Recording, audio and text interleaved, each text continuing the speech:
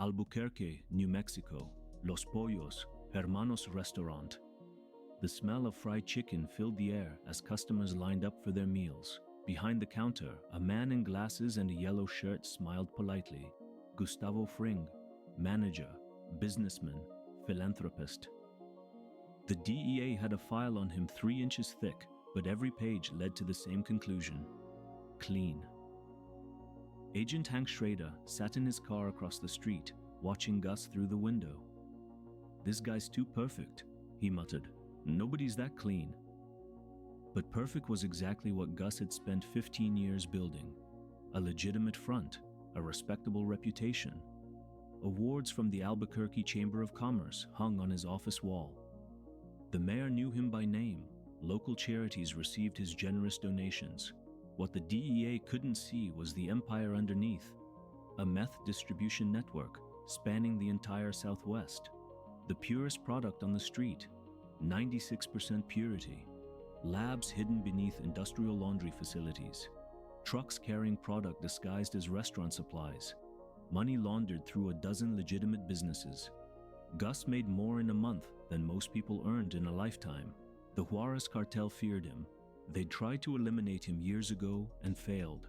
Now they paid tribute, respected his territory, understood that Gustavo Fring was untouchable, not through violence, through intelligence, through patience, through being 10 steps ahead of everyone else. He controlled everything: the supply chain, the distribution, the money. Even the people around him were chess pieces, moved according to his design. Gus believed in order, in discipline, in the certainty that careful planning always defeated chaos. And when a desperate high school chemistry teacher named Walter White approached him with the purest meth Gus had ever seen, he saw another piece, another asset to control, another man who would do exactly what Gus wanted. He had no idea that this chemistry teacher would become his destroyer. The first meeting was a disaster. Jesse Pinkman showed up high to Los Pollos Hermanos, his eyes red and unfocused. Gus watched from behind the counter as the chemistry teacher tried to salvage the situation. Walter White, desperate, sick with cancer, brilliant chemist who'd created the purest methamphetamine Gus had ever tested. But surrounded by chaos, Gus rejected the partnership immediately. He didn't explain why. He simply disappeared, leaving Walter confused and rejected in the restaurant booth. Poor judgment, unreliable associates, emotions bleeding into business decisions, everything Gus despised. But the product was undeniable: 96% pure, sky blue, unlike anything on the market. So when Walter arranged a second meeting, alone this time, Gus listened.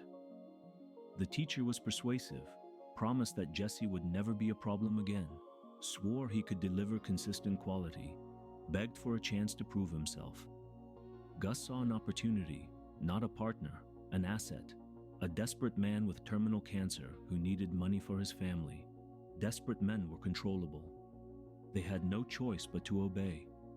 They bent to pressure because they had everything to lose and nowhere else to turn. "I don't think we're alike at all, Mr. White," Gus told him during their negotiation at the industrial laundry. His voice was calm, measured, precise. "You're not a cautious man. Your partner was late and he was high. You have poor judgment." Walter tried to argue, but Gus raised a hand. The gesture was small, but the authority behind it was absolute. This was Gus's world, his rules, his empire. Walter White was just another cook who would do what he was told, take his money and disappear when his usefulness expired. Gus offered $3 million for 3 months of work. To Walter, a high school teacher who'd spent 20 years barely making ends meet, it was a fortune. To Gus, it was pocket change. The real value was control. 3 months was enough time to learn Walter's formula, enough time to train a replacement.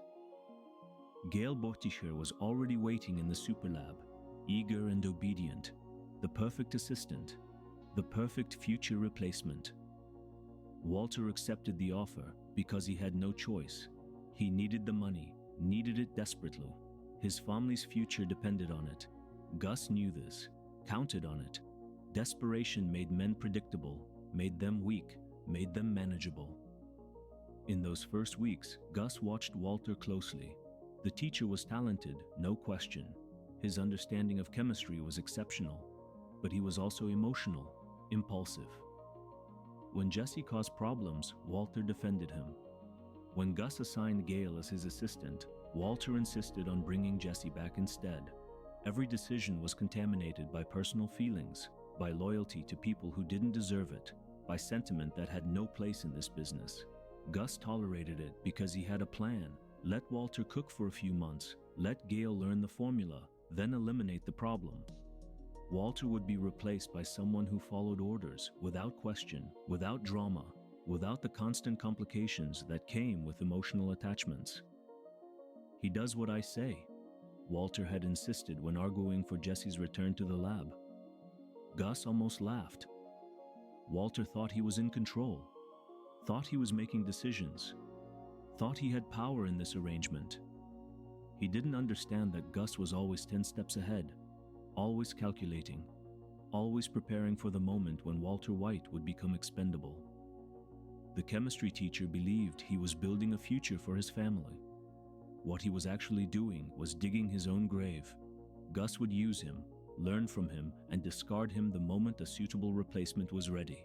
It was simple business, nothing personal, just the natural order of things. Gus had built an empire by being smarter than everyone around him, by planning further ahead, by controlling every variable.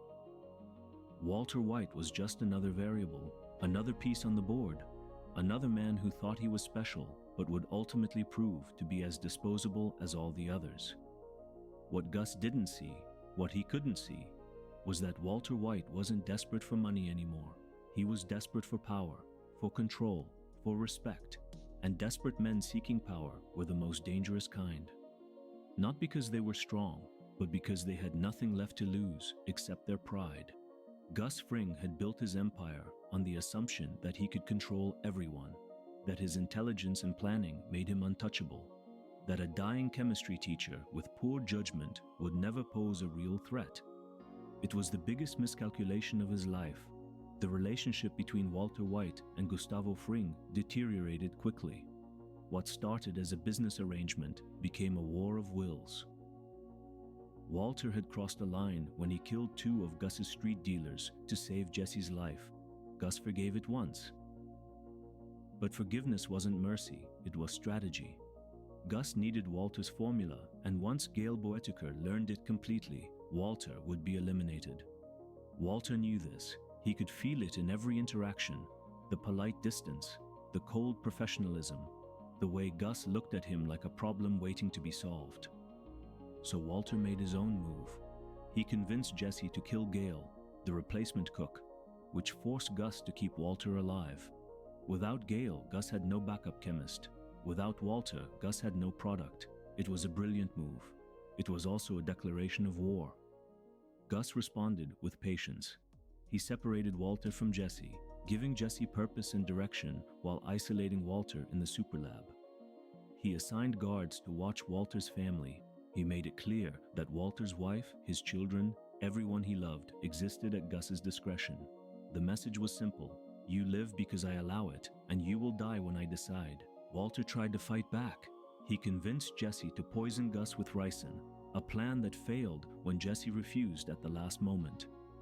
He tried to blow up Gus's car with a pipe bomb, but Gus sensed the trap and walked away at the last second. Every move Walter made, Gus anticipated. Every plan failed. Walter was a chemistry teacher playing chess against a grandmaster who'd spent 15 years perfecting his game. Desperation forced Walter to become what he'd never been before: patient. He stopped trying to attack directly.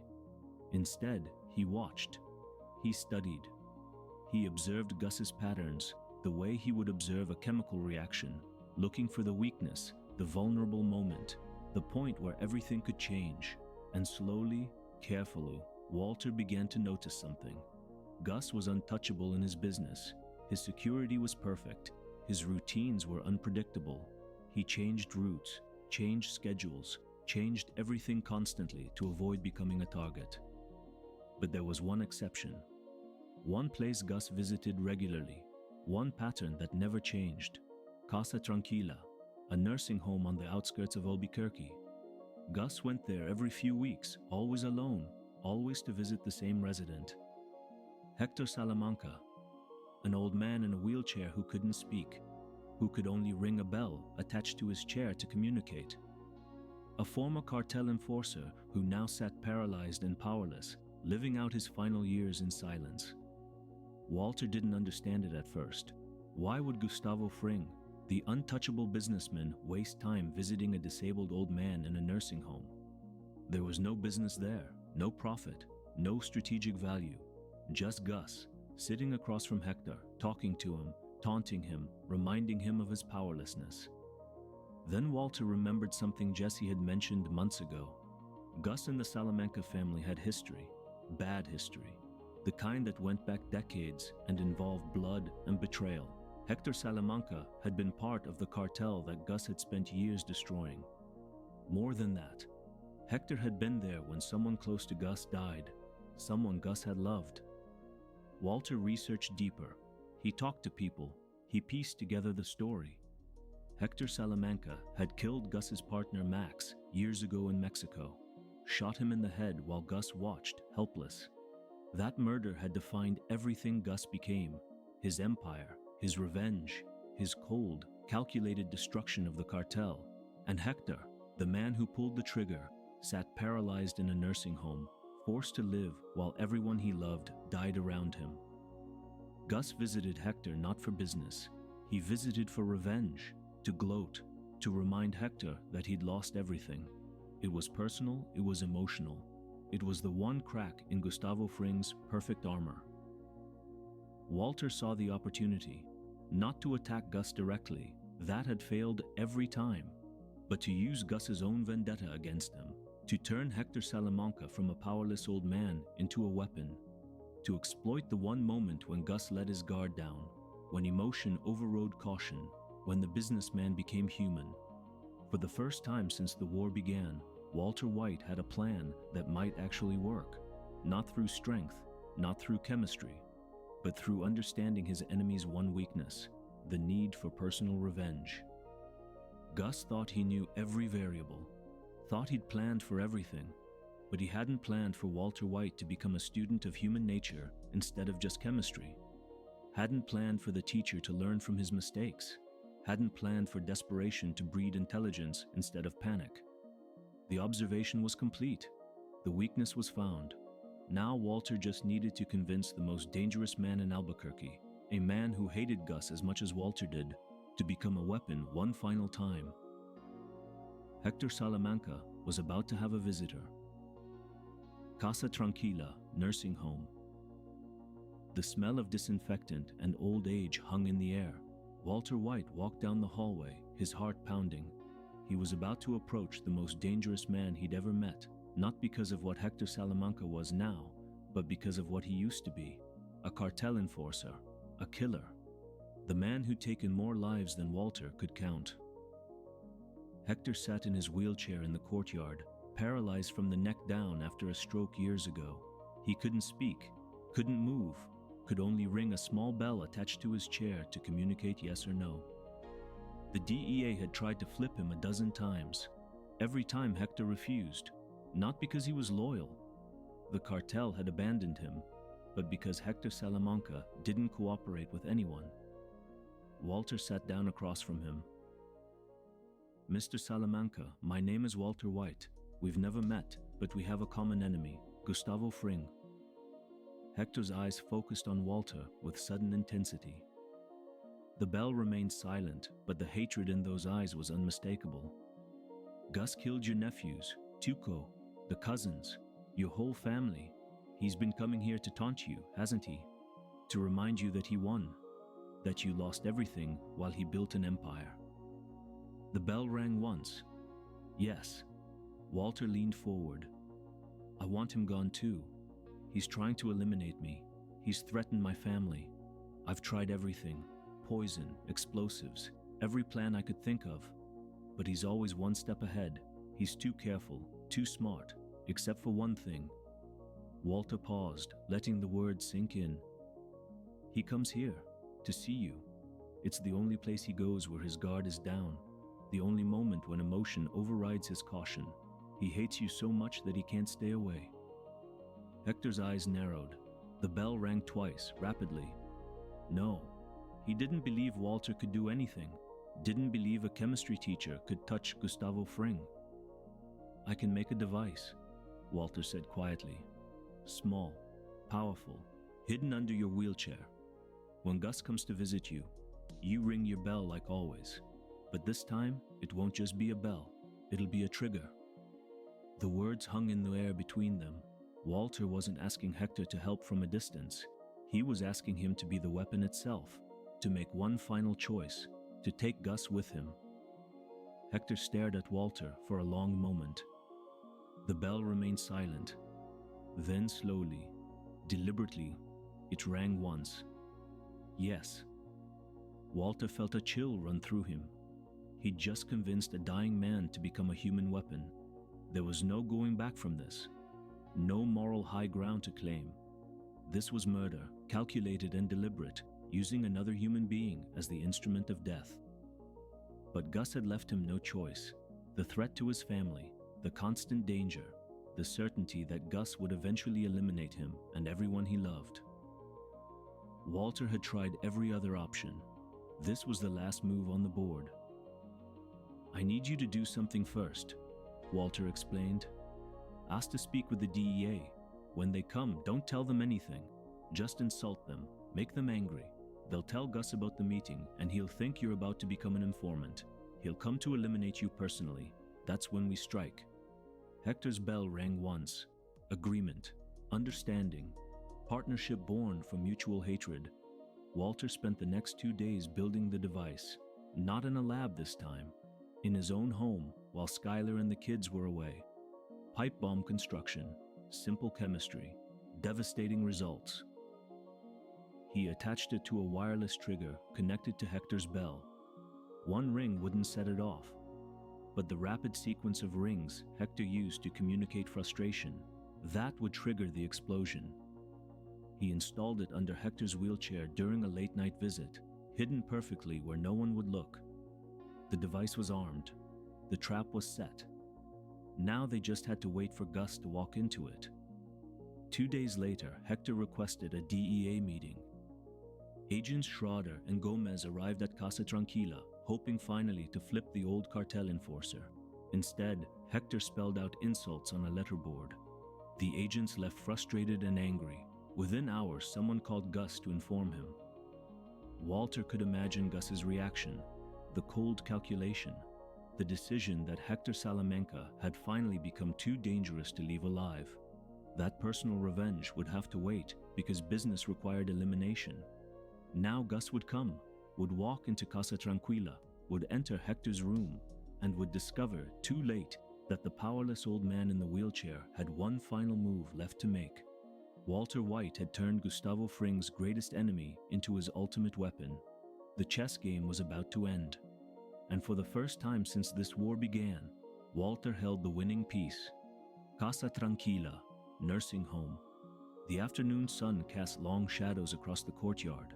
Gustavo Fring's car pulled into the parking lot.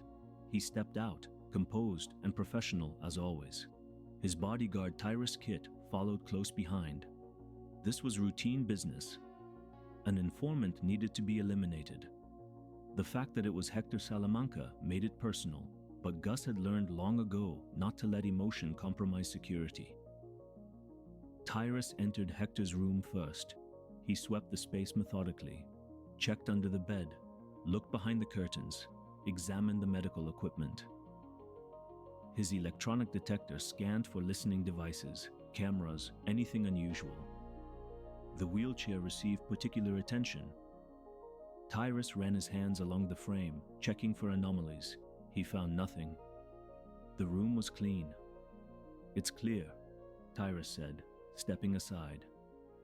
Gus entered the room. Hector sat in his wheelchair, head down, bell silent. The old man who had destroyed everything Gus loved. The enforcer who had shot Max in the head while Gus watched helpless. The last surviving Salamanca. For years, Gus had visited this room to gloat. to remind Hector that he'd lost. Today would be different. Today would be final.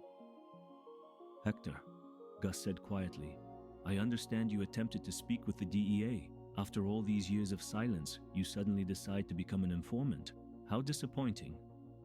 Hector's head remained down. The bell stayed quiet. Gus circled the wheelchair slowly. "Your family's gone. Tuco, the cousins, all dead. You're the last one. And now you betray the only thing you had left, your pathetic pride. You would become an informant. You would help the authorities. The man who killed my partner reduced to a coward." Tyrus prepared a syringe, clear liquid, untraceable once metabolized. Hector would suffer what appeared to be a heart attack. No one would question the death of an elderly paralyzed nursing home resident. "Look at me," Gus commanded. His voice carried an edge now, emotion bleeding through the professional mask. "For once in your miserable life, look at me when I'm speaking to you." Hector's head slowly raised. His eyes met Gus's for the first time in years, not with fear, not with regret, with pure, burning rage, and something else, something that looked almost like triumph. The bell began to ring, not once, not twice. Rapid, continuous ringing. Ding, ding, ding, ding, ding. Tyrus looked confused. Gus's eyes widened. In that fraction of a second, he understood. The bell wasn't just communication, it was a trigger. His eyes dropped to the wheelchair, saw the device underneath, realized too late that he'd been outmaneuvered, that the chemistry teacher had found his weakness, that Hector Salamanca had made one final choice. The explosion tore through the room. The blast wave shattered windows throughout the building. Fire and debris erupted into the hallway. Staff members screamed. Alarms began wailing. Smoke billowed from the doorway. In the courtyard, residents looked up in shock. Then someone pointed. A figure emerged from the smoke. Gustavo Fring walked out of Hector's room. His suit was dusty, but he appeared unhurt. He paused in the hallway, reached up, and adjusted his tie with mechanical precision. The gesture of a man who maintained control even in chaos. Then he took another step forward. The camera angle shifted. Half of Gus's face was gone, flesh torn away, skull exposed, one eye destroyed. The bomb had ripped through him, leaving only a grotesque mask of death. His remaining eye stared forward, empty. His body hadn't realized yet that it was already dead. Gustavo Fring collapsed, the untouchable businessman, the criminal mastermind who'd spent 15 years building an empire, the man who controlled everything, dead on the floor of a nursing home hallway.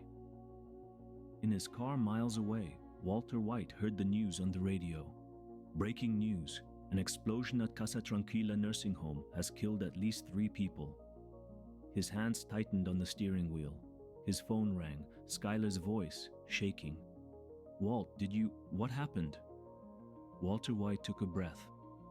For the first time in months, he felt the weight lift from his shoulders. The war was over.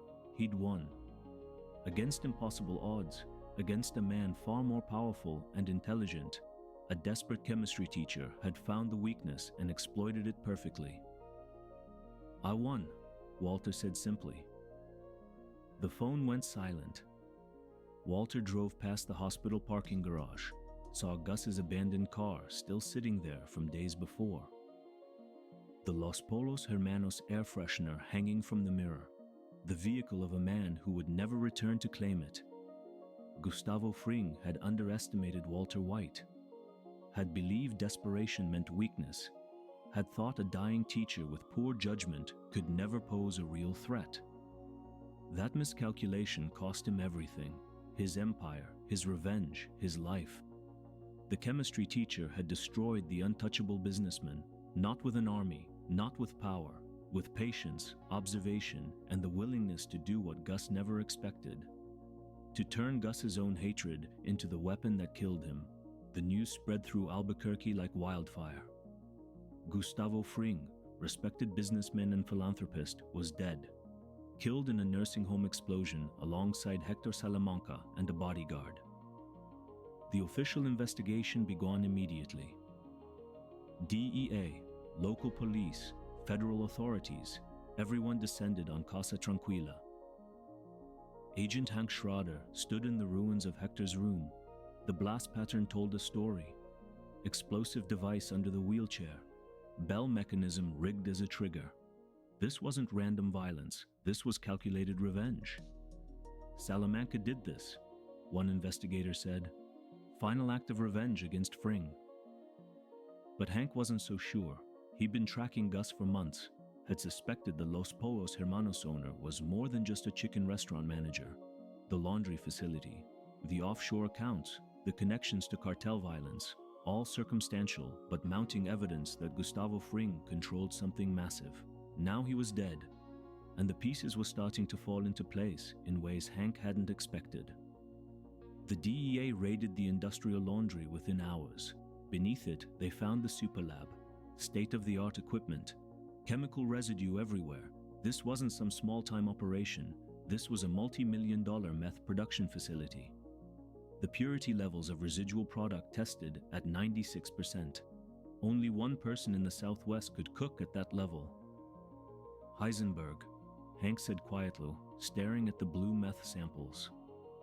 The legendary chemist who'd been producing the purest product anyone had ever seen.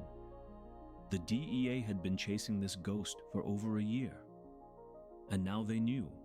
Heisenberg had been working for Gustavo Fring all along. But who killed Gus? Hank studied the evidence. The pipe bomb construction showed sophistication, chemical knowledge, engineering precision, not the work of a paralyzed old man in a wheelchair. Someone had built that device and convinced Hector to use it. Someone who knew chemistry, someone who understood explosives, someone who had reason to want Gus dead. Hank's mind went to places he didn't want it to go. Walter White, his brother-in-law, chemistry teacher, diagnosed with cancer a year ago, missing for days during Gus's death, acting strange for months. No, impossible. Walt was a teacher, a good man, a family man, not a criminal, not a bomb maker, not someone who could orchestrate the death of a criminal mastermind like Gustavo Fring. But the evidence kept pointing in directions that made Hank uncomfortable. Meanwhile, in the criminal underworld, chaos erupted. Gus Fring had controlled the entire Southwest drug trade. His death created a power vacuum that every ambitious dealer and cartel operative wanted to fill. The question everyone was asking, who was capable of killing Gus Fring? The answer came in whispers, rumors, street-level intelligence that worked its way up through the ranks. Heisenberg, the mysterious chemist who worked for Gus, the same man Gus had been trying to eliminate. Somehow the cook had outsmarted the kingpin, had found a weakness no one else could see, had turned Gus's own vendetta into a weapon. The message was clear. Gustavo Fring, the untouchable businessman who'd evaded the DEA for 15 years and commanded respect from the cartel, had been destroyed by a chemistry teacher. A dying man with nothing to lose had proven more dangerous than an empire builder with everything to protect. Walter White sat in his home, watching the news coverage. Skylar stood behind him, her face pale with horror and understanding. She knew now what her husband had become, what he was capable of. The man she'd married, the careful, cautious teacher, was gone. In his place stood someone she didn't recognize, someone who could look a man in the eye and plan his destruction with scientific precision. "Walt," she whispered, "what have you done?" Walter didn't answer. He didn't need to. The news footage said everything. Gus's restaurant chain closing. The Superlab discovered. Federal investigations launched. An empire crumbling because one desperate man had refused to accept his powerlessness. For the first time, Walter White understood what he'd truly accomplished. He hadn't just killed Gus Fring, he'd proven something to himself. That he wasn't weak, wasn't helpless, wasn't the underestimated high school teacher everyone thought he was. He was the danger. He was the one who knocked. And the entire criminal underworld now knew his name. 6 months after Gustavo Fring's death, the legend of Heisenberg had spread throughout the entire Southwest. Not as a rumor anymore, not as a ghost, as a fact. The chemistry teacher who destroyed an empire became the new empire himself. Walter White no longer cooked in a super lab beneath a laundry facility. He cooked in houses, tented houses scheduled for fumigation. A mobile operation that moved constantly, never staying in one place long enough for law enforcement to track. Mike Ehrmantraut's connections provided distribution. Jesse's street knowledge provided logistics. And Walter's 99% pure blue meth provided the product that everyone wanted. The money poured in, $57 million, more than Walter could spend in 10 lifetimes, more than his family would ever need. The cancer that was supposed to kill him within months had gone into remission. He'd won, survived. Proven that a dying man with nothing to lose was more dangerous than a criminal mastermind with everything to protect. But the victory came with a cost that Walter didn't fully understand until it was too late. Skylar barely spoke to him anymore. She'd seen what he was capable of, knew what he'd done to Gus, even if she didn't know the details. The man she'd married, the careful, cautious teacher, was gone forever. In his place stood someone she feared. Hank continued his investigation, obsessively studying the evidence from Gus's operation, the super lab, the offshore accounts, the distribution network, and always the question that haunted him. Who was Heisenberg? Who was the cook talented enough to work for Gus and ruthless enough to destroy him? The answer was closer than Hank realized. In his own family, at his own dinner table, the brother-in-law he'd known for years, the chemistry teacher he'd joked with about drug raids and criminal investigations. Walter White had been hiding in plain sight all along, and Hank's investigation was slowly, inevitably, pointing toward the truth. In the criminal underworld, Walter's reputation grew with every batch of meth that hit the streets. Dealers who'd worked for Gus now worked for Heisenberg. Distribution networks that had feared Gus now feared the chemistry teacher who'd proven that intelligence was more dangerous than an army. The cartel sent emissaries. Rival operations tried to negotiate. Everyone wanted a piece of Heisenberg's empire or wanted to eliminate the competition he represented. One night, Skylar took Walter to a storage unit. She opened the door to reveal a mountain of cash, tens of millions of dollars stacked floor to ceiling. "How much is enough?" she asked. "How big does this pile have to be?" Walter stared at the money, realized he couldn't even calculate how much was there, couldn't spend it, couldn't explain where it came from. The wealth he'd built meant nothing except as proof of what he'd accomplished, proof that he wasn't the powerless teacher anymore, proof that he'd become something else entirely. "I'm not in the meth business or the money business," Walter told her. "I'm in the empire business." The words hung in the air between them, the truth finally spoken out loud. Walter White hadn't cooked meth to provide for his family. He'd done it to prove something to himself, to become the danger instead of the victim, to transform from a man who accepted his powerlessness into a man who controlled everything around him. The lesson Gustavo Fring learned too late became the foundation of Walter's empire. Never underestimate a desperate man. Gus thought he could control Walter, thought desperation made him weak and manageable, thought a chemistry teacher with cancer posed no real threat to an established criminal mastermind. That miscalculation cost Gus his life and gave Walter his empire. The businessman who controlled everything through intelligence and planning was destroyed by a teacher who learned the same lessons and applied them with the ruthlessness of someone with nothing left to lose. "I am the one who knocks," Walter had told Skylar months ago, defending his transformation. After destroying Gus, those words became truth. The danger wasn't something that happened to Walter White anymore. He was the danger. He was the one others feared. He was the man who'd proven that intelligence, chemistry, and desperation combined into something more powerful than money, armies, or criminal empires. Gustavo Fring built his empire over 15 years through patience and planning. Walter White destroyed it in one afternoon with a pipe bomb and a paralyzed old man. Then he built something even larger in the ruins, not through patience, through ruthlessness, through the willingness to do what others wouldn't, through becoming what he'd once feared. The chemistry teacher had become Heisenberg.